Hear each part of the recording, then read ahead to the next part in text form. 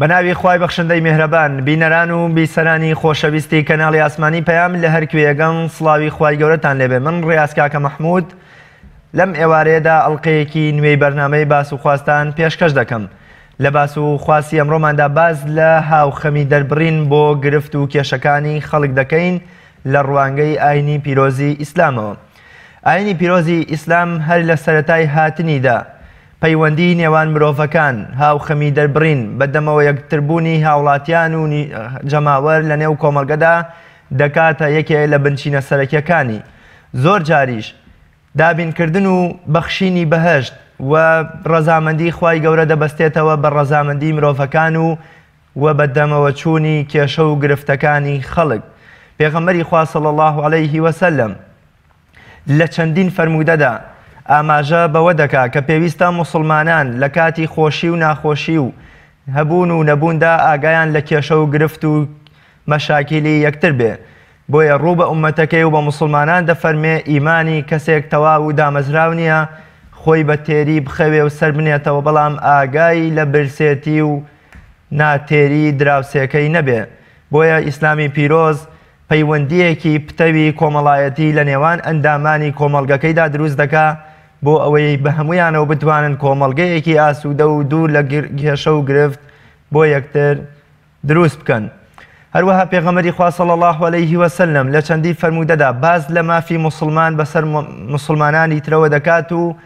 زۆربەی ئەو مافانە لەم ڕۆژەدا دەبێ موسڵمانان بەدەم کێشە و گرفتی یەکترەوە بچن. لەم کاتی قەیران و کێشە و گرفتەدا کە ئێستا بەرۆکی هاوڵاتیانی هەرێمی کوردستانی گرتوتەوە،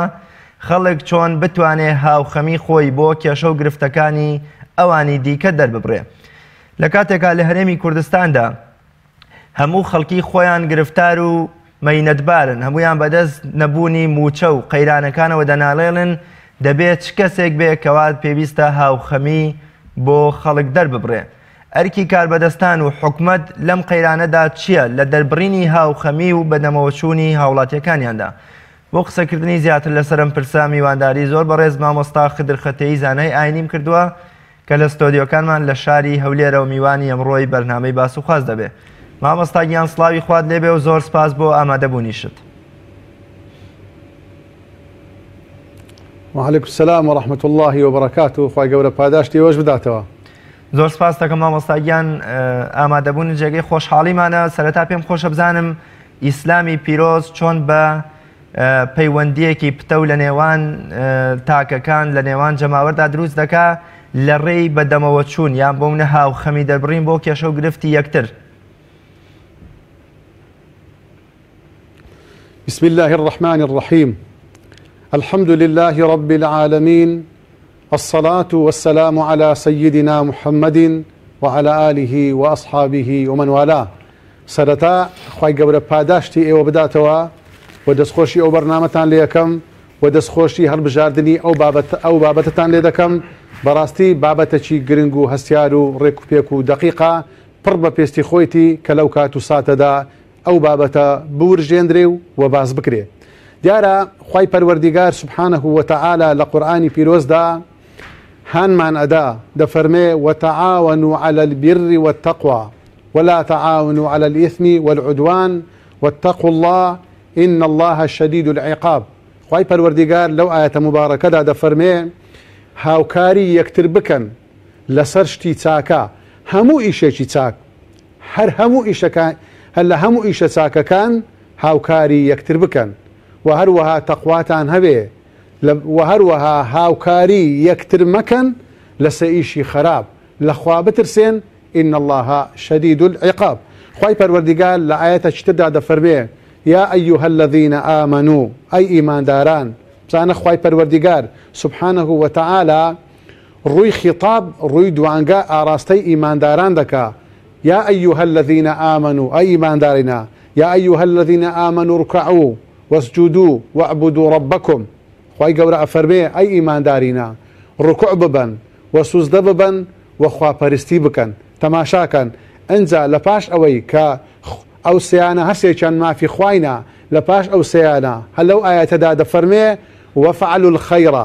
ئەنجا ئیشی کار و خێر و چاک ئەنجام بدەن لعلكم تفلحون هەتاوەکو سەرفراز بن. تەماشاکە خوای پەروەردیگار لەم ئاەتە مبارەکەدا چار شتی بۆ ئێمە باس کرد. یەک، ڕوکوع ببین، سوزدە ببین، خوای گەورە بپەرستین و هەروە ئیشی باش و چاک و خێر بکەین کە پەیوەندی بەچێ پەیوەندی بە کۆمەلگا و مجتەمع و مرۆڤ و تاکەکانی کۆمەلگا هەیە. ئەنجا هەر کاتێک مافی خواماندا و مافی خەڵکماندا بە تاکید سەرفراز دەبین لە دنیا و لە قیامەت. لعلکم تفلحون، یعنی سەرفراز دەبن لە چی؟ سەرفراز دەبن لە دنیا و سەرفراز دەبن لە قیامەت. و سروشتی ئینسان وایە، پێغەمبەری خوا صلی الله علیه وسلم هانمانەدا سروشتی ئیسلام وایە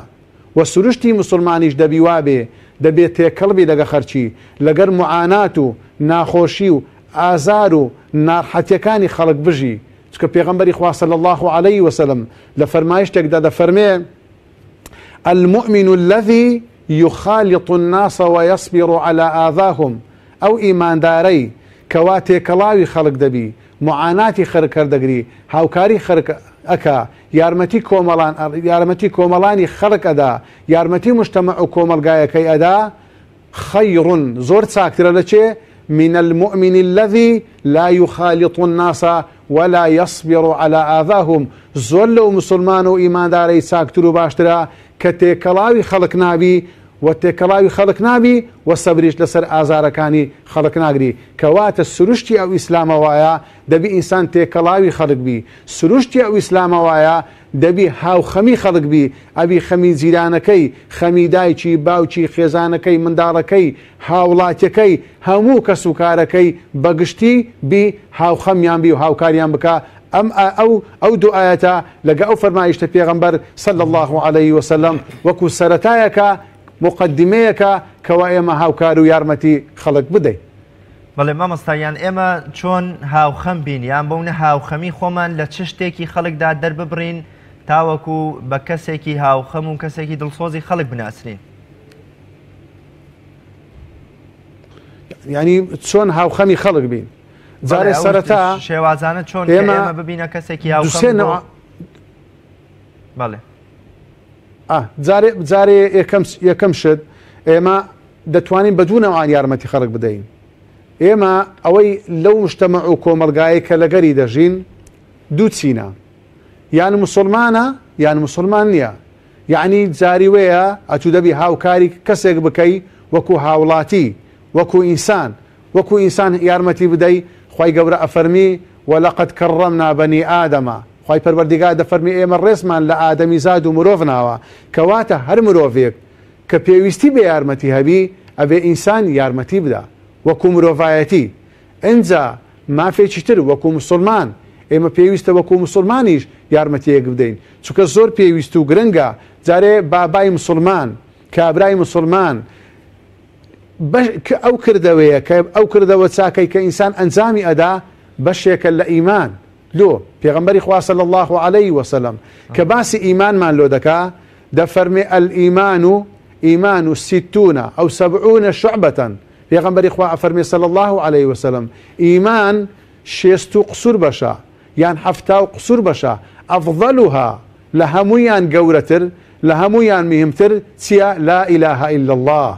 وأدناها وبسوكترين بشي إيمانيشتيا إماطة الأذى عن الطريق، لاداني آزارك لسري مسلمانك. وتيتر وفرمي والحياء شعبة من الإيمان، وحياش بشيك الإيمان. كواتا هركسيك كخوي بمروف دادني پێویستە هاوکاری مرۆڤ بکە. لە فەرمایشتی پێغەمبەر داهاتوە صلی الله عليه وسلم کە ئافرەتێکی زیناکەر لە فەرمایشتێک بەڕێوایەتی چ داهاتوە کە کەسێکی فازیر تێنی دەبی دەچێتە ناو بیرە ئاوێک ئاو دەخواتەوە دوایەتر کە تێر دەبی دێتە دەرێ دەبینی سەگێک دەبینی عاشاکی ئەمولایەک سەگێک دەبینی زمانی دەری ناو زۆر تێنوە خەریکە لە تێنان دەمری. بۆیە ئەو ئینسانە فازیرە ئەو ئینسانە خراپە شۆڕ دەبیتەوە ناو بیرەکە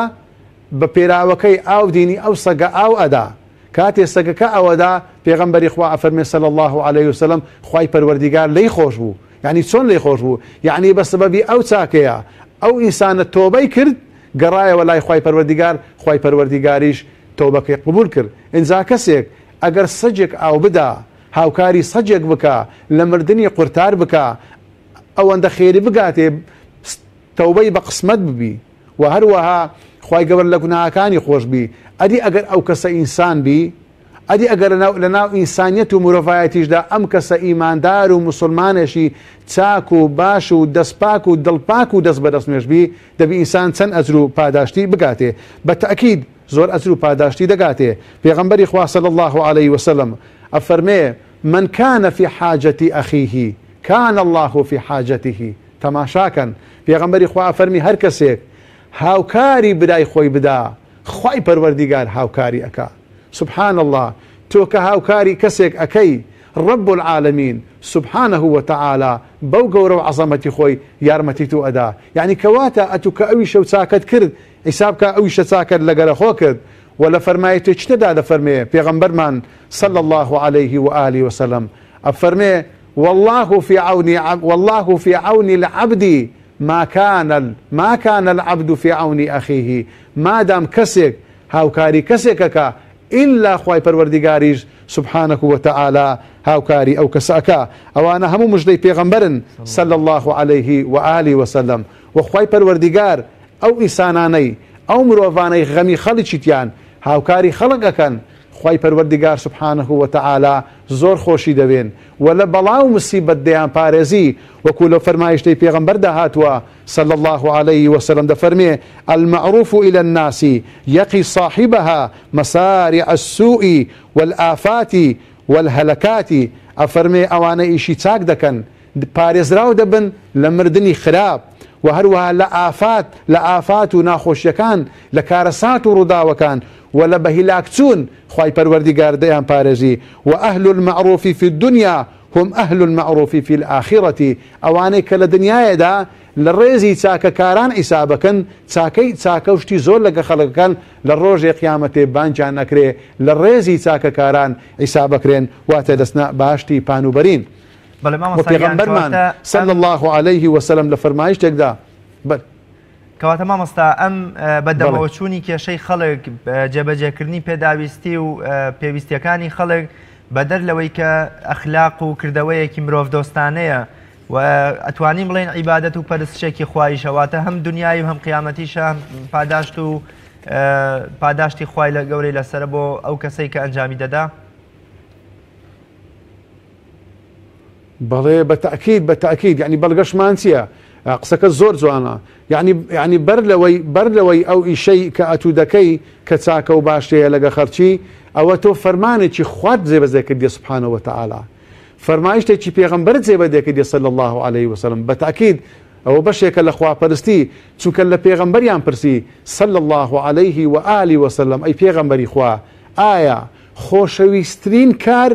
لەکە خوای پەروەردیگار چییە سبحانه وتعالى پێغەمبەری خوا صلی الله عليه وسلم چۆن جامەداتەوە و هەوە خۆشەویستترین کار شت لەکە خوای پەروەردیگار چییە پێغەمبەرمان صلی الله عليه وسلم فەرمووی جوابی دایە فەرمووی أحب الناس إلى الله تعالى أنفعهم للناس فەرمووی خۆشەویستترین کەس لەکە خوای پەروەردیگار سبحانه وتعالى ئەو کەسێک کە زۆرترین خێر و چاکە و منفعەتی هەبی بۆ چێ بۆ خەڵک زۆرترین سوودی هەیە بۆ خەڵک زۆرترین خۆشەویستی هەیە لە لای خوای پەروەردیگار سبحانه وتعالى وفەرمووی وأحب الأعمال إلى الله تعالى وخۆشەویستترین شت خۆشەویستترین کردەوە لەکە خوای پەروەردیگار کە خوای پەروەردیگار زۆری پێخۆشە ئەوەیە کە ئەتوو چ بکەی کەوا سرور تدخله على مسلم کەوا خۆشیەکە بیەخێ ناو دڵی برا مسلمانەکەت کە بەڕاستی ئەوە شتێکی زۆر چاک و باش و مژدەیەکی زۆر خۆشە پێغەمبەرمان صلی الله عليه وسلم لەو فەرمایشتەدا کە لە کۆتاییدا دەفەرمێ ومن مشى مع أخيه هەر کەسێک في حاجة هەر کەسێک بۆ ئیش و ئیشی برایەکی خۆی بچێتە دەر لە ماڵەوە بێتە دەرێ حتى يثبتها له حتى إيشكي بو زي دكا أفرمي أثبت الله قدمه يوم تزول الأقدام دفرمي هركسيك بو إيش برايتي خشتي بيت دري إيشكي بو زي بكا حتى إيشكي بو زي بكا دفرمي خواي پروردگار للروج قيامته دا كلاقة كان دا لرزن بي كان دخليش چين خوای پەروەردیگار قاچەکانی ئەو ئینسانە ڕاگیراوەکە لە ڕۆژی قیامەتێدا کە قاچەکان دەلەرزن و قاچەکان دەلەرزن بەرەو جەهەنەم دەچن خوای پەروەردیگار لە ڕۆژی قیامەتێدا مەزراوی دەکات بۆیە ئەو کەسەی کەوا لە ڕۆژی دنیادا لەو ڕۆژانەی دنیادا ئیش و کاری خەڵک جێبەجێ دەکات بە تاکید ئەو فەرمایشتی پێغەمبەرە صلی الله عليه وسلم لە ڕۆژی قیامەتێ خوای پەروەردیگار قاچەکانت ڕاگیرا و دامەزراوەکە لە ڕۆژی قیامەتێ قاچەکانت لا لەرزن کە ڕۆژێکی زۆر ناخۆش و ناڕحەتە. زۆر باشە مامۆستا کاربەدەستان بەرپرسانی وڵات ئەو کەسەی کە ئومور و کاروباری خەڵکی کەوتۆتە ژێردەست ئەو تا چەند دەبێت لە خەڵکی زیاتر هاوخەم و وەکۆ لە جێبەجەکاری پێداویستەکانی خەڵک بێ ئەوە تا بۆ کۆمەڵێ نمونەی گەشمان لە عەسری سەیدنا عومەری کوڕی خەتابدا هەیە تەنانەت هێندە هاوخەمی دەربڕیوە بۆ ژێردەستەکانی ئەگاتەوەی کە دەفەرمێ ئەترسم حوشترێک گیسکەگەڕێ لە شاخەکانی عێراقدا پێی هەڵخریسکە یا بکەوێتە خوارەوە لەو دنیا خوا تەنانەت لەسەر ئەویش محاسەبە بکە کەواتە بێ کاربەدەست چەند سوورتر بێت چەند زیاتر هەوڵ بداکەوە هاوخەمی و کێشە و گرفتی خەڵک چارەسەر بکە و هیچ نەبێ خۆشی نەبێتە بمایی چەرمەسەری و سەرێشە بۆ ژێردەستەکانی. کاربەدەستی چاک لە کە خوای پەروەردیگار زۆر گەورەیە. پێغەمبەری ئەکرەم صلی الله عليه وسلم لە فەرمایشتێکدا دەفەرمێ إن من إكرام الله دەفەرمێ لە ڕێزگرتنی خوای پەروەردیگار سبحانه وتعالى هەر کەسێ ڕێز لە سێ کەسی بگری کە ئەنەما ڕێزی لە خوای پەروەردیگار نایە سبحانه وتعالى یەکەمینیان ئەفەرمێ ئیکرام الذی الشەیبە ئەو کەسەی کە بەتەمەنە کە ئەو کەسی کە بەتەمەنە پێویستە ئینسان ڕێزی لێ بگری بۆ چونکە دڵی ناسک دەبی پێویستە گۆپارەکەی بۆ وەربگری پێویستە پێراوەکەی بۆ دابنەی پێویستە شانی بدێبن شانی بدێ بەر شانی هەتا وەکو دیری ڕابگری بۆیە پێغەمبەر ئەفەرمێ صلی الله عليه وسلم کە ئەوەش بەشێکە لە هاوکاریکردن هاوخەمی خەڵک ئەفەرمێ هەر کەسێک ڕێزی لە کەسێکی بەتەمەن بگری کە ئەنەما ڕێزی لە خوای پەروەردیگار نایە سبحانه وتعالى یەک دومینیان ئەفەرمێ وحامل القورآن ڕێزگرتنیش لە ئەو کەسەی کە قورئانی لەبەرە چونکە بۆ ئەو کەسە ئەفەرمی ئەو کەسەی کە قورئانی لەبەرە و ئیشیش پێ دەکا جا هەر کەسێک چونکە ئەوەش بۆ چونکە ئەوەی قورئانی لەبەرە و ئیش پێ دەکا کاری چاک زۆر چەکا زۆر یارمەتی خەڵک ئەدا چونکە فێری ئەو قورئانە بۆ و دەقەکانی قورئانی لەبەرە و ئیش جێبەجێشەکا و تەنفیز و تەطبیقیشی دەکا ئەفەرمی هەر کەسێک ڕێز لە قورئان لەبەر بگری کە ئەنەما ڕێزی لە خوای پەروەردیگار نایە سێمینیان کە پرسیارەکەی جەنابەت دەگرێتەوە هەر کەسێک ڕێز لە حاکمی دادپەروەر بگری ذی سوڵتانی المقسط ئەفەرمی هەر کەسێک ڕێز لە دادپەروەری عادل بگری کە ئەنەما ڕێزی لە خوای پەروەردیگار نایە سبحانه وتعالى ئەوە لۆ وەکو عومەری کوڕی خەتاب خوای پەروەردیگار لێزڕەبی وەکو خولەفا هەرچار خەلیفە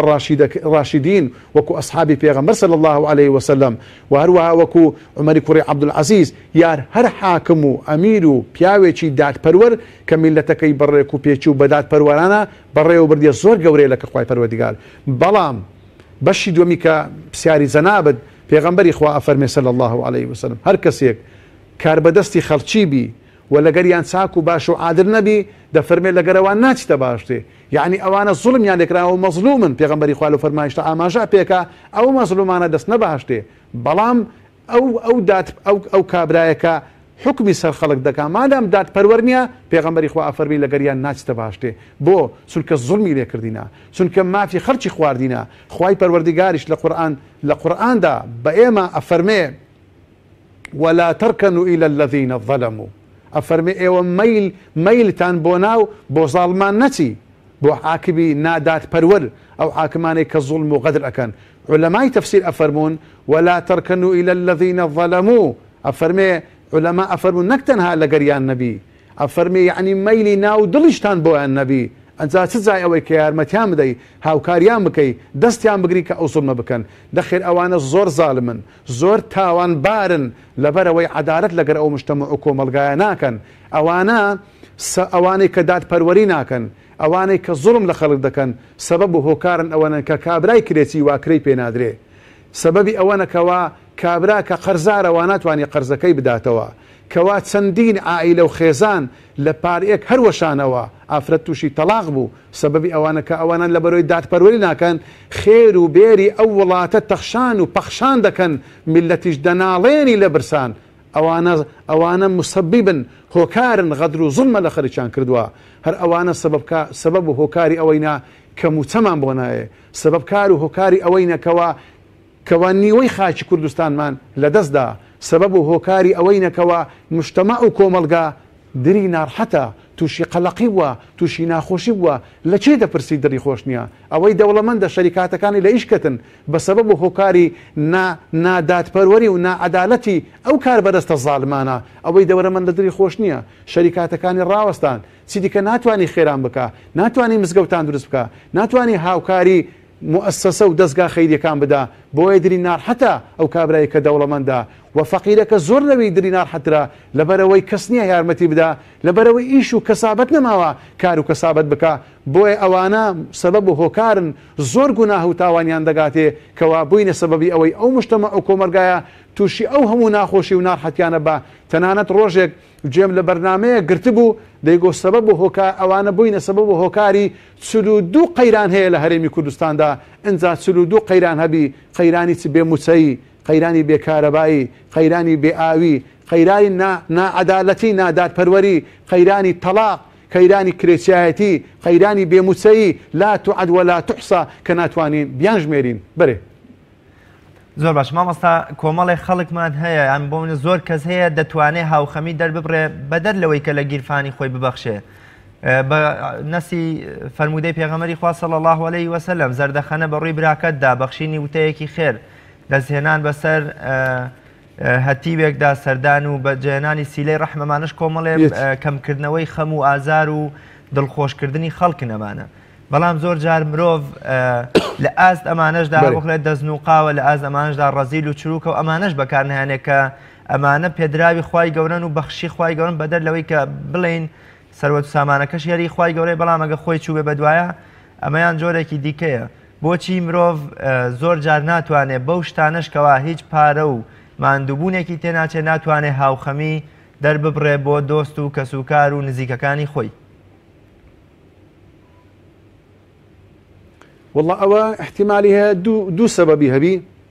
یەکیان یان ئەوە تێ ئیمانی زەعیفە دویان ئەوە تێ جەهلی هەیە ئاگای لەو فەرمایشتانی پێغەمبەر نییە صلی الله عليه وسلم پێغەمبەری خوا لە فەرمایشتێکدا دەفەرمێ صلی الله عليه وسلم دەفەرمێ پێکەنینت ئیبتیسام و زەردەخەنەت بەدەم برای مسلمان سەدەقەیە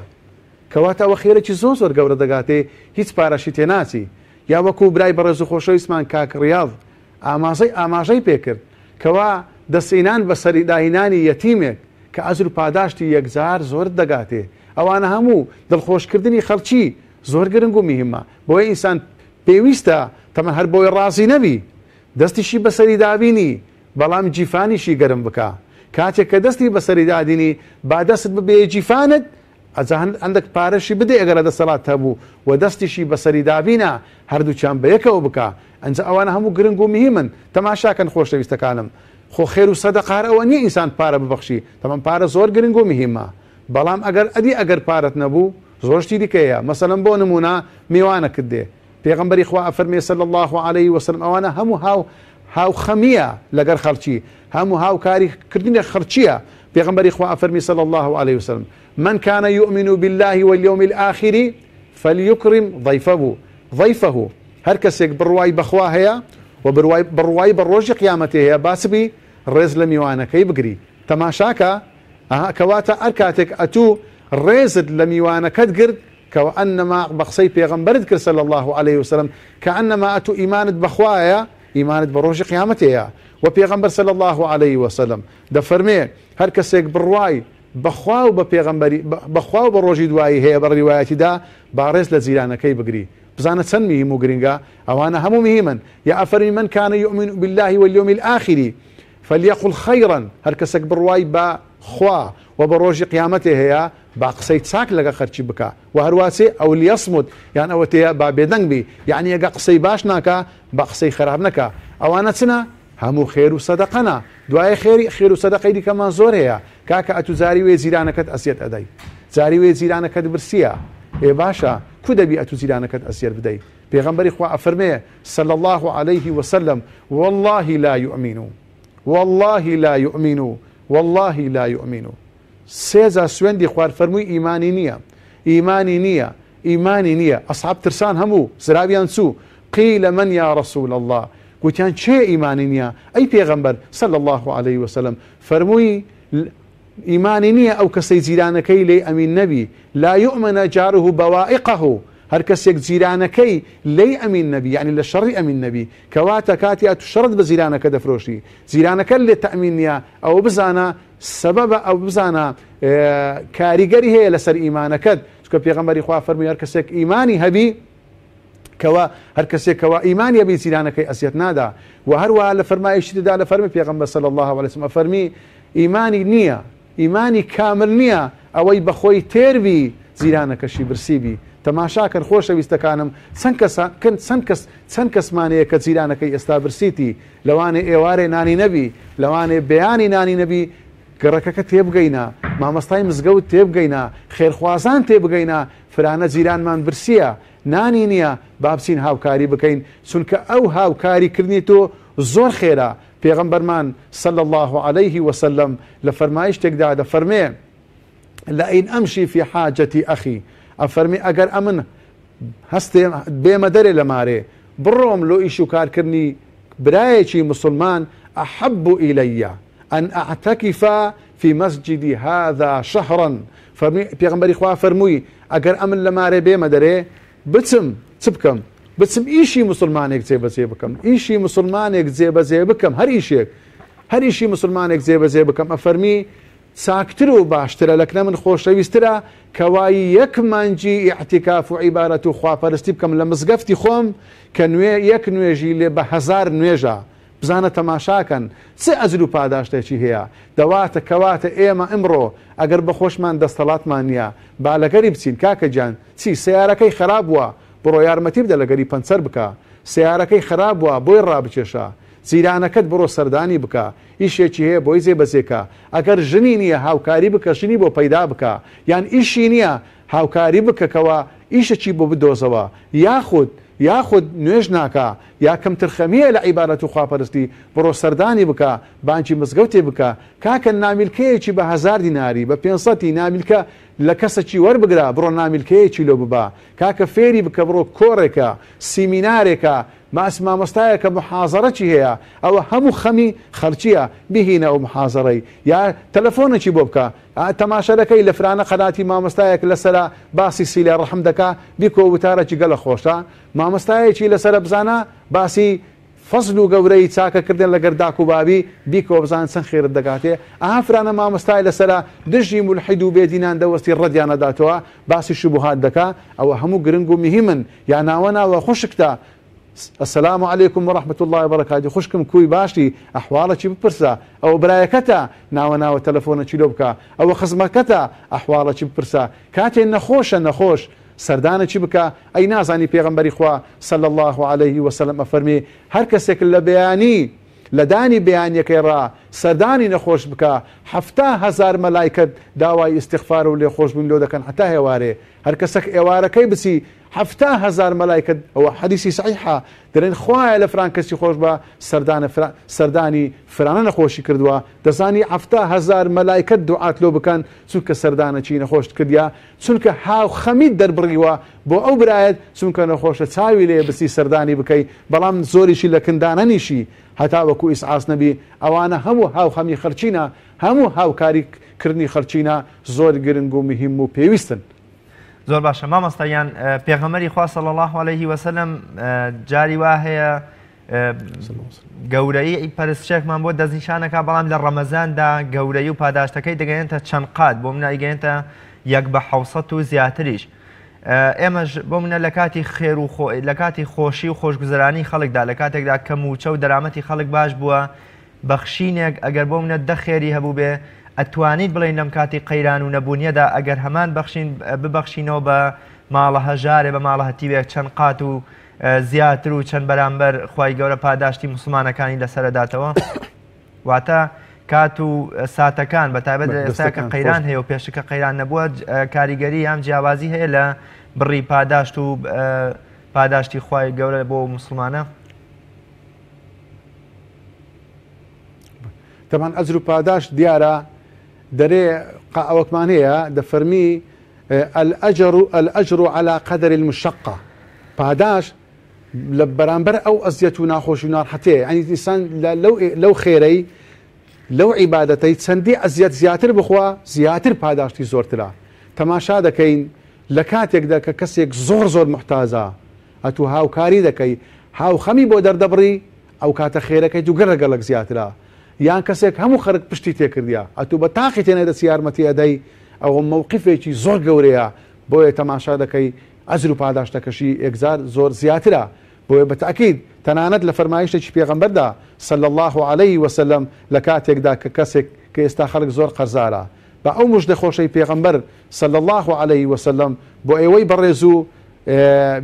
بینەرانیش ئەو فەرمایشتەی پێغەمبەری خوا بخوێنمەوە کە ئێستا خەرک قەرزارە کە قەرزی پێ نادرێتەوە یا کەسێک کە قەرزی لەکن خەرچیە بزانم چەند ئەجر و پاداشی ئەگاتێ. پێغەمبەری خوا ئەفەرمێ صلی الله عليه وسلم من أنظر معسرا أو وضع له ئەفەرمی هەر کەسێک لەسەر کەسێک ڕابوو ئەستێقا خەرزارە یاخود عەفوی بکە لە هەردووچیان پێغەمبەری خوا ئەفەرمی ئەو کەسە أظله الله يوم القيامة تحت ظل عرشه يوم لا ظل إلا ظله. ئەو فەرمایشتێکی پێغەمبەرە صلی الله عليه وسلم ئیمامی ئەحمەد ڕیوایەت دەکا ئەلبانیش دەفەرمێ صحیحە دەفەرمی هەر کەسێک لەسەر کەسێک ڕابوەستی کە قەرزی نییە بیداتەوە و یاخود عەفوی بکا لەو قەرزە دەفەرمی خوای پەروەردیگار لە ڕۆژی قیامەتێ لە ژێر سێبەری عەرشی خۆی ڕادەگری. الله ئەکبەر سپاداشتێکە. و لە فەرمودەیەکی تردا پێغەمبەر صلی الله عليه وسلم دەفەرمی هەر کەسێک کە قەرز ئەداتە کەسێک بەقەدر هەموو ڕۆژەکان خوای پەروەردیگار بەقەدر ئەو پارەی خێر و پاداشتی بۆ دەنووسی کاتی وعدەکە تەواو بوو کە وعدەکەی تەواو بوو ئەوزە پاش وعدەکەی دیسان لەسەری ڕاوەستاوە ئەو کاتە خێرەکەی بە دووقاتە یعنی بۆ نمونە ئەگە ملیۆنێکی لەکنبی کە ئەنەما هەموو ڕۆژێ 2 ملیۆن پاداشتی کە ئەنەما هەموو ڕۆژێ 2 ملیۆنی کریتە خێر ئەجر و پاداشتەکەی میثلەیهی پێغەمبەری خوا ئەفەرمی بە دوو قات پاداشتی بۆ دەنووسرێ چلەوە باشترە چلەوە چاکترە ئینسان ئەو هەموو ئەجر و پاداشتەی بگاتێ. بەڕاستی ئمڕۆژ کە کەسانێک کە قەرزارن ئەمن کەسی نارێم کابرای ئەتوانی بشداتەوە بەڵام سەختە چییە فێربازە کەمتر خەمی دەکا بە قەستی پارەی خەڵک دەخوا ئەم لەگەر ئەوانم نییە بەڵام کەسێک کە توانای نییە فعلا ئیشی نییە فعلا عەزیلێ بداتەوە بەتەئکید چونکە پێغەمبەری خوا صلی الله عليه وسلم کاتێکگەچێ لە خێزانەکانی پێغەمبەری خوا صلی الله عليه وسلم قەرزی دەکرد گوتیان ناترسی هەندە قەرزەکەی گوتی نەخێر ناترسێم جێم لە پێغەمبەر بوو صلی الله عليه وسلم دەیفەرموو هەر کەسێک قەرز وەربگرێ بە دڵێکی ساف بە دڵێکی چاک نیەتی وە بیداتەوە ئللا خوای پەروەردیگار سبحانه وتعالى بۆی ئاسان دەکا قەرزەکەی بداتەوە. بەڵام ئەگەر ئەو کەسانە ئەو جۆرە کەسانەکەوە نیەتی خواردنیان نییە بەڵام پێیان نادرێتەوە ئیشیان نییە کەسابەتیان نییە یا تووشی نەخۆشیەک بووینە و ئەو کەسانێکەوە توانایان هەیە عەفویان بکەن یاخود لەسەریان ڕابوەستن ئەوە ئەو مژدەی خۆشەی پێغەمبەر صلی الله عليه وسلم دەفەرمێ لە ڕۆژی قیامەتێدا خوای پەروەردیگار لە ژێر سێبەری خۆی ڕادەگری. الله ئەکبەر لەو مژدە خۆشەی یاخود کە لەسەری ڕادەوەسی تا بداتەوە کە مەوعیدەکەشی تەواو بووە هەموو ڕۆژێ ئەگە 1 ملیۆن بی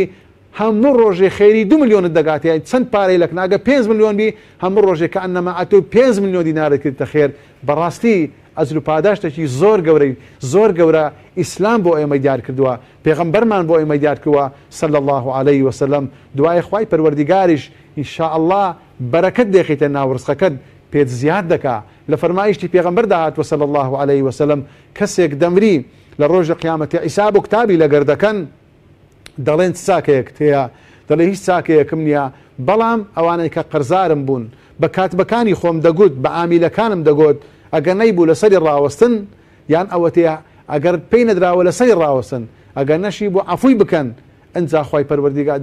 دەرێ ئەمن ئەو سیفەتە باشەمە بوو خوای پەروەردیگار ئەفەرمی ئەمن لە تۆ ئەولاتم خەرک عەفو بکەم مادام ئەتۆ خەرکت عەفو کردووە ئەوە ئەتۆشم ئەوە ئەمیش ئەتۆم عەفو کرد بڕۆ باشتێ. الله ئەکبەر لەو ڕۆژێ چ پێویست لەو ڕۆژانە چ پێویستیمان بە هاوکاری و هاوخەمی ئەو ئینسانە چاکە و باشانە هەیە بەرێ ئەی ئەو کەسانێکەوە دەستەڵاتان هەیە کەوا پێتان دەکرێت ببەخشن خوای گەورە بەسەرتاندا دەبەخشی عەفوو بکەن خوای پەروەردیگار عەفوتان دەکا ئاسانکاری بکەن بۆ خەڵک خوای پەروەردیگار ئاسانکاریتان بۆەکە چونکە بەڕاستی ئەو دنیای هەر تەواو دەبی چونکە ئەگەر ئێمە لە دنیادا ئەهوا ڕەحم بە یەکتی بکەین واللهی خوای پەروەردیگار ڕەحممان پێ دەکا لە فەرمودەیەکی قودسیدا هاتووە کە خوای کە پێغەمبەری خوا صلی الله عليه وسلم دەفەرمێ کە حەدیثی قودسی مانای وایە لەفزەکان لە دەوری مبارەکی پێغەمبەری خوا دەردەچی صلی الله عليه وسلم بەڵام مانایەکەی لای خوای پەروەردیگارە سبحانه وتعالى دەفەرمێ الراحمون يرحمهم الرحمن يرحموا من في الأرض يرحمكم من في السماء أفرمي أو كساني كبرحمن الرحمن كخواي ببزية رحمان بيدك وأفرمي أي أواني كالزويدانا ورحم بيكديب كان يرحمكم من في السماء أو إلى آسمانا خواي پروردگار سبحانه وتعالى رحمتان بيكا چەند خۆشە خواي پروردگار رحممان پێ بکە بەرێ زۆر گرنگ و مهمە لەو ڕۆژانەدا کەوا پاداشتر بە چەند قات دەبی ئینشاءالله چونکە هیچ شتێک لەکە خواي پەروەردیگار بزر نابی خواي پەروەردیگار لە قورئانی پیرۆزدا دەفەرمێ ومن يعمل مثقال ذرة خيرا يرى ومن يعمل مثقال ذرة شرا يرى هەر کەسێک بەقەدەر یەک مسقال زەڕ بەقەدەر گەردیلەیەک ئەو گەردیلەی کە بە چاویش نادیترێ خێرێک بکەی لە خوای گەورە بزر نابی ئەدی ئەگەر دینار و دۆلار بکەی خێر ئەدی ئەگەر دینار و دۆلاری خەرق عەفو بکەی ئەدی ئەگەر خەرق تێر بکەی ئەدی ئەگەر نان بدەیە خەرق ئەدی ئەگەر سێرێ ڕەحم لەگە خەرق بەجێ بگەینی ئەدی ئەگەر سەردانی نەخۆش بکەی ئەدی ئەگەر کەسێک محتاجێکی هەیە بۆی بەجێ بکەی دەبی چەند ئەجر و پاداشت بگاتێ بەڕاستی فرسەتێکی زۆرە لە قیسە خۆمانەدەی ئەوڕۆ دنیایە و بەیانی قیامەتە با بچینین هەتا وەکو بدورینەوە بەرێ زۆر باش مامۆستا لە هەرێمی کوردستاندا ڕێژەیەکی زۆر لە نەخۆشی هەڵگری نەخۆشیە درێژخایەنەکانمان هەیە بە تایبەت ئەوانەی کە تووشی نەخۆشی شێرپەنجە بوون وە کۆمەڵێ نەخۆشی دیکەی کوشندە و درێژخایەن هەروە هەڵگرانی نەخۆشی تالاسیمیا و کۆمەڵێ نەخۆشی دیکە ئێمە چۆن بتوانین بۆ ئەم جۆرە نەخۆشانە هاوخەمی خۆمان دەرببڕین بە تایبەت کە ساڵانە بۆ هەڵگرانی نەخۆشی تالاسیمیا هەڵمەتی کۆکردنەوەی خوێن وەرگرتنی خوێن و بەخشینی بەوان دەست پێ دەکا و هەڵمەتێک بەڕێوە دەچێ ئایا بەخشینی بتڵێ لە خوێن هەر مرۆڤێ بیبەخشێ بە یەکێ لە هەڵگرانی و نەخۆشیە ئەمەش جۆرێکی دیکە نیە لە هاوخەمیەکی گرنگتر کە تۆ دەکەویتە ژێر وەسف و سەنای و ئاەتەکە خوا فەرمێ ومن ئەحیاها فەکەئەنەما ئەحیا الناس جەمیعا یعنی تۆ ژیانە بەخشیتەوە بە مرۆڤێک لە ڕێی بتڵێ خوێنی خۆتەوە ئەمەش جۆرێکی دیکە نیە لە هاوخەمی دەربڕین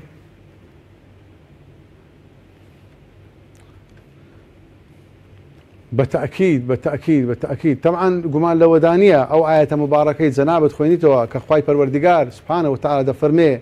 هر كسيك يكس بكجي كأنما همو عالمي كشتوا سن كمروف زور قوري لك خواي پروردگار ولقد كرمنا بني آدم إنسان بقشتي زور قوريا وأو إنسانش أقر سيبي أقر إيمان دار بي هر قورة تريشا وأقر أو إيمان دارا نخوش ومحتاجش بي خيركو هاو كاري كرنكو هاو خميكد زور ساكترو باشترا بري امرو كوا كسانيك هن نخوشي تالا سيمان هيا كوا مانجيت زارك بيويستيان بخوينا كخوين لو إنسان دكي أو إنسان دجينيوا بو كوكو خواي قورة فرمي أقر كسيكد باراس لمردن كأنما أو إنسان دجيان دوا بوسي أو إنسان دجيان دوا تماشا دكي لبروي جسمي تو أو كساني كخوينيان هيا زكاة لخوينكي ددي صدقي ليدكي كواتا ريزي أو نعمة تدقر كخواي پروردگار أو خويني دايتتو أو لايك ريزي أو نعمة تدقر وإن تعدوا نعمة الله لا تحصوها نعمة كان خواي قوراقا بجميرن توابنابي كواتا الزكاة اللي خوينو جسمه لا شكدا أو زور قرنقو مهمة أو كساشد لمرد رزقار كرد وخالي چيتر أو كسي كوانا خوشا دزاني چەند دوعای خێرت بۆ دەکا ئەوە یەک دوایە هەر زیکر و خواپەرستێک دەکا کە بەواستەی ئەو خوێنەی تو لە ژیان داماوە کە جارێک دەرێ لا ئیلاها ئیلا الله پاداشتەکەی لۆ تو دێ ئەو سوزدەی کە بۆ خوای دەبا پاداشتەکەی بۆ تو دێ کە ئەو ڕۆژەی دەگری پاداشتەکەی بۆ تو دێ هەر نوێژێک دەکا پاداشتەکەی بۆ تو دێ چونکە ئەتوو بوویە سەبەبی ئەوەی ئەو کەسە نەمری بووی خوای گەورە ئەتووی کردە سەبەب و هۆکار خوێنتدایە بە واستەی خوێنەکەی تو لە ژیان دامایتەوە هەتا لە ژیاندا بمێنێتەوە چاکە و چاکەکاری بکە ئەوە چ بوو ئەو ئەجر و پاداشتەکە لۆدا ئەجر و پاداشتەکەت بۆ دەنووسێ و هەروە دڵی داکوبابی ئەو نەخۆشە خۆش دەکەی کەەوە ئیسپاتی شت کرد کە پێغەمبەری خوا ئەفەرمێ هاوکاری خەر کرد بکە خوا ئەفەرمێ هاوکاری خەر بکە سوبحانەه وتەعالا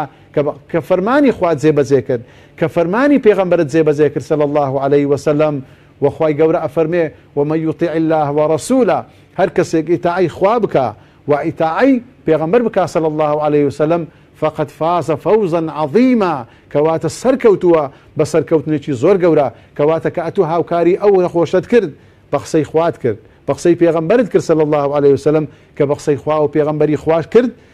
د سركوتنيشي زور گورت بدسينا لسي لدنيا دا سربرزي لقيامتش دا هر سربرزي بالتاكيد خيرتي زور گوريا هاوكاري كردني نخوشان بتایبەتی ئەو نەخۆشانەی کەوا عیلازیان نییە کە عیلازەکەیان زەحمەتە کە دا و دەرمانیان پێ ناکرێ بەڵام لەگەر ئەوەشدا بەڕاستی من دەمەوێت لەو کەناڵە لە کەناڵی پەیامی ئێوە کەناڵی و پەیامی خۆمان پێتان ڕابگەینم کەوا کەسانی خێرخواسەنە پێویستە دەستخۆشیان لێ بکەم خوای گەورە پاداشتی ئەو بەرنامانە بداتەوە کەوا چییە وەکو بەرنامەی بەخشین خی گەورە پاداشتیان بداتەوە کە نەخۆشخانەیان کردوتەوە چەندین نەخۆش تێدا ئیسفارە دەکەن چەندین کەس خانوویان بۆ کراوە چەندین کەس کە محتاج بۆ ژنی هێناوە کە خانیە کرێچی بووینە بووینە ساحب خانوو کە نەخۆش بووینە هاوکاریان کراوە یاخود ئەو دەستگای ماری کاک ئەحمەد ئیسماعیلی خی گەورە پاداشتیان بداتەوە یاخود دەستگای مارە ئازی یحیای خی گەورە پاداشتیان بداتەوە یا هەر دەستگایەکی تر یا هەر دەستگایەکی وەکو دەستگای ڕووناچی یا هەر دەستگایەکی وەکو دەستگایەکی دیکە هەیە کە کاک حازی ئازاد و ئەوانە لێنا یا دەستگای حازی ئیدریس سوورچی یا لە سلێمانی یا لە دهۆک یا لە کەرکووک یا لە هەر شوێ هەر دەستگایە کە ئەمن ناوەکەم ئێستا بەبیرم نایێتەوە یان هەر کەسێک یان هەر تەلەڤیزیۆنێک هەر ڕاگەیاندنێک کەوا دەبیتە سەبەب بۆ هۆکار ئەو نەخۆشانە ئیسیفادە بکەن خی گەورە پاداشتی ئەو خێرخوازانە بداتەوە بەڕاستی دەستیان لێ هەر کردووە دەستیان هەر کردووە من ئاگام لێیە چەند کەس دەنێرنە خاریج لەسەر ئیسان و جیرفانی خۆیان کەوا خی گەورە پاداشتیان بداتەوە خی گەورە پاداشتیان بداتەوە کەوا چەند نەخۆش هەیە یارمەتیانە دەن چەند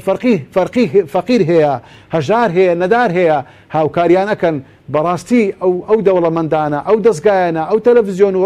ڕادیۆیانە جێگای ئێمە دوعای خێریان بۆ بکەین دەستخۆشیان بۆ بکەین دەستخۆشیان لێ بکەین بەڕاستی مهمەیەکی زۆر چاک و باش ئەنجامەدەن بەڕاستی سەربازینە ناسراون بەڕاستی مجاهیدن بەڕاستی خێرخوازن بەڕاستی سالیحن یا ڕەبی خوایە ئەو خێرانە دەکەن خوایە لیان قبولکەی خوایە هاوکاریان بکەی یارمەتیان بدەی خوایە بەرەکەت بێخیە ئیشەکەیان پارەکەیان ئەو هەموو ئیش و کارانەکە دەکەن خوایە لیان قبولکەی یا ئەرحەم الراحیمین بەڕاستی من زۆر دەستخۆشیان لێ دەکەم و مامۆستایانی ئاینی کە درێغیان نەکردووە کەوا فەقیر بە دەوڵەمەند دەناسێنن دەوڵەمەند بە فەقیر دەناسێنن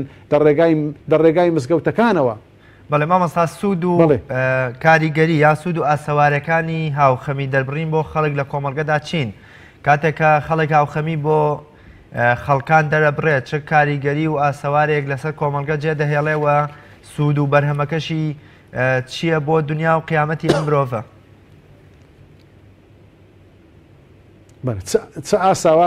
چ ئاسەوارێک ئەو چاکە و باشانە چ ئاسەوارێک بەجێ دێری بەڵێ بە تاکید زۆر ئاسەواری بەجێدێری لەبەرەوە ئێمە تەماش زۆر جاران لە هەواڵەکان گوێبیست ئەبین یا لە ژێرنووسی تەلەڤیزیۆنەکان دەنووسرێ ئەوڕۆ ئەوەندە کەسە لەو مانگەی ئەوەندە کەس خۆیان کوشت بەهۆی فەقیری کەواتە ئەو کەسەی کە هاوکاری خەڵکەکە ئەو کەسەی ڕزگار کردووە لە فەقیری بیستومانە پێشمەرگە خۆی کوشتووە لەبەرەوەی فەقیر بووە بەڕێ کەواتە ئەو کەسە ئەجر و پاداشتی ئەوەی ئەگاتێکەوە خەرچی ڕزگار کردووە لە چی خەرچی ڕزگار کردووە لەوەی کە خۆی بکوژی کە خۆی ئینتیحار بکە چونکە ئەگە خۆی بکوژێ دەچێتە جەهەنەم چکار کەسێ خۆی بکوژێ دەچێتە جەهەنەم گوناه و تاوانێکی زۆرە بەڵام ئەو دەوەرەمەندە و خێرخوازەی کەوا لێ ناگەڕێ خۆی بکوژی ڕزگاری دەکا یەکەم شت ئەو کەسە لە مردن ڕزگارەکە دوو لە جەهەنەم ڕزگاریەکە سێمینیان کە لە ژیان دەمینێتەوە خزمەتی خێزانی دەکا خزمەتی منداڵەکەیەکە خزمەتی مجتەمع و کۆمەلگایەکەیەکە خواپەرستی و عیبارەتیش دەکا ئەو یەک دومینیان کە هاوکاری خێزانێکی هەژارەکە ئەو خێزانە لێک هەر ناوەشێتەوە ئەو خێزانە تووشی لێکزیابوونەوە نابن کاتێک خێزان تووشی لێکزیابوونەوە دەبی منداڵەکان سەرگەردانە بن دەکەونە سزنەکان منداڵەکان دەبنە دز منداڵەکان دەبنە ڕێگر چونکە لە سۆزی دایک و باوکایەتی بێبەش بووینە کەواتە مجتەمەع و کۆمەلگایەتێک تێک ئەچی ئەوە ئاسەوارێکی زۆر خراپ بەجێدێری بەڵام هاوکاریکردنی ئەو خێزانانە هۆکارێکی زۆر چاک و باشە ئاسەوار و شوێنەوارێکی چاک بەجێدێری کەواتە ئەو خێزانە دەپارێزی لە چین لە جیابوونەوە لە تەلاق لە ناخۆشی لە ناڕحەتی ئەوە سوودەچی دیکە سوودی سێمینیان ئەوەیە ئەتوو سیلێ ڕەحمت بەجێگەیان سیلێ ڕەحم زۆر گرنگ و میهمە هەر کەسێک سیلێ ڕەحم بەجێ بگەینی خوای پەروەردیگار دەیباتە بەهەشتێ هەر کەسێک سیلێ ڕەحم قەتع بکە خوای پەروەردیگار عقوبەی ئەدا کەواتە فەرمانی پێغەمبەر صلی الله عليه وسلم کاتێک دەوڵەمەندێک دۆلارێک دەداتە ماڵێک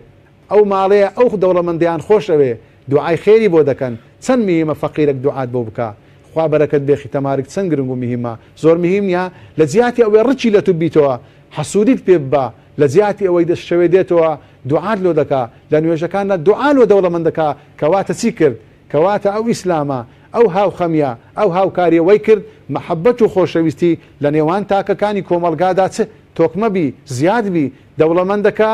زجی بە فەقیرەکە دەسووتێ فەقیرەکە دەوڵەمەندەکەی خۆشەوێ هەردووچیان دوعای خێر بۆ یەکتر دەکەن ئەوە زۆر گرنگ و میهمە دوایە خوای پەروەردیگار فەرمانێکی خوا جێبەجێ کرد سبحانه وتعالى و فەرمانێکی پێغەمبەرت صلی الله عليه وسلم جێبەجێ کرد دوایە تەماشا دەکەین هەر کاتێک خەڵک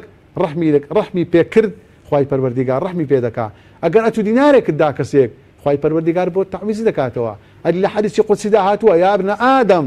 ئەی کوڕەکانی ئادەم ئەنفق ينفق عليك ئەی ڕۆڵەکانی ئادەم ببەخشن پێتان دەبەخشرێتەوە خوای گەورە لە قورئاندا دەفەرمێ ئێوە ببەخشن خوای پەروەردیگار بەسەرتاندا دەبارێنی کەواتە چەند میهمە ئەتوو دەبەخشی یەکێ لە پیاوچاکان زۆر خێر و حەسەناتی دەکرد دەیبەخشی پێیان دەگۆ ئەتوو بۆ هەندە دەبەخشی دەیگۆ وەڵڵاهی معامەلەم لەگە خوای پەروەردیگار کردووە ئەمن هەتا نەبەخشم نایە تۆجێی تەماشا چەند گرنگ و میهمە کەواتە ئاسەوارمان زۆر بۆ بەجێدێری کە ئێمە هاوکاری و یارمەتی خەڵک بدەین بە تەئکید ئەو مجتەمەع و کۆمەلگایە هەموو یان براو خوشتی یەکدینە یان زیرانی یەکدینە یان ئامۆزا یەکترینە یان هاوڵاتینە لەگەر یەکدی کەواتە پێویستیشە ئێمە بە هەموو شێوەیەک هاوکاری یەکتر بکەین یارمەتی یەکدی بدەین هەتاوەکو مجتەمەع و کۆمەلگایەکی چاک و باش و تۆکمەدا بمەزرێ هەتاوەکو بتوانین ئەمن و ئارام و ئاسایشی وڵاتەکەمان مەحفوظ و پارێزراوبی ئەو کابرایە کە هاوکاری دەکەی کاکە چاوی لە دزینە چاوی لە ڕێگرینە چاوی لەوەی نییە سیارەی بزی چاوی لەوەی نییە دوکانی بشتێنی بۆ چونکە ئەتو تێرت کردووە هاوکاریت کردووە یارمەتیت داوە لە فەرمایشتی پێغەمبەردا هاتووە صلی الله عليه وسلم کابرایەک ڕۆژێک دێتە دەرێ خێرێک دەکا کە خێرەکە دەکا بەدزی دەکا دوای لە ناو خەرکی براو دەبیتەوە دەڵێن ئەو کابرایە خێرێکی کرد ئەو شەودایە کەسێک دەوڵەمەند بوو سبحان الله دەرێ الحەمدولله خوایە نەمزانی بەڵام دەوڵەمەند دەرچوو ئەو جارە شەوی دوم دێ خێری دوم دەکا لە ناو خەرکی بڵاو دەبیتەوە دەڵێن ئەو کابرایە خێری کرد بە ئافرەتێکی داوێن پیس دەرێ الحەمدولله خوایە کە ئەو خێرەشم کرد ئەو جارە دێ خێرێک دەکا دەڵێن ئەو کابرایە ئەو شەو دیسا خێرەی کردایە دزێک سبحان الله برێم خێرەکانی نەپێکا بوو و حەدیثی صحیحی پێغەمبەر صلی الله عليه وسلم شەوێ خەونی دی لە خەوێ پێیان گوت هەر سێ خێرەکەت قبولە لەبەرەوەی لۆ خوات کردیا ئەوەی کەو دەوڵەمەند بوو گوتی باشە تخوا ئەم دەوڵەمەندم خەرکوا خێرم پێ دەکا هەیداوە شەی دەبڕۆ ئەتوش خێری بکە دەری ئەو کابراوەی لێ هات بۆ خێرکرد بەهۆی خێری ئەو کابرایی ئی دۆمینیان کە دز بوو کە خێرەکەی پێکرد گوتی وعد و بەڵێن بیجارەی دیکە ئەم دزی ناکەم تۆبەی کرد خێرەکە لۆ کابرای چوو کە خێری کرد ئەو ئافرەتەی کە داوێن پیس و خراپەکار و زیناکەر بوو ئەویش کە پارەی دایە چی دیکە داوێن پیسی و زینای نەکرد تۆبەی کرد کەواتە ئەو حەدیثی صحیحی پێغەمبەر صلی الله عليه وسلم کەواتە هەر سێ خێرەکەی لێ قبول بوو هەر سێکیشیان تۆبەی کرد ئەجر و پاداشتەکە بۆ چێت و ئەو کەسە بوو کە خەمخۆری ئەو کەسانەی بوو بەڵێ مامۆستاگیان کاتی بەرنامەکەم تەواو بوو بەس پێم خۆشە لە یەک خولەکدا گوێبیستی کۆتا پەیام و سەرنجی جەنابت بم بەرێ لە یەک خولەکدا ئاخیر پەیامم خوای گەورە پاداشتی ئەو بداتەوە دەستخۆشیتان لێ دەکەم هی هەموو کارمەندان هەموو ئەوانەی کە ماندوونە لەو بەرنامانەدا خوای گەورە پاداشتان بداتەوە بابەتێکی چاک و باس و هەشتیار و کە ورژانتان و داوا دەکەم خێرخوازان هاوکاری فەقیران بکەن عەفویان بکەن هاوکاریان بکەن داواکارم ئەو مجتەمع و کۆمەلگایە لەگەیەکدی بەڕەحم بی فەرمایشتەکانی خوا سبحانه وتعالى و فەرمایشتەکانی پێغەمبەر صلى الله عليه وسلم جێبەجێ بکەن چونکە ئەوڕۆ دنیاە سبەینێ قیامەتە ئەو خێر و پاداشتانە واللهی لۆ قبری تاریک بە کەلکمان دێ لۆ سەر پردی سیڕات بە کەلکمان دێ لۆ میزانی عەمەل لۆ کاتی کێشانی کردەوەکان بە کەلکمان دێ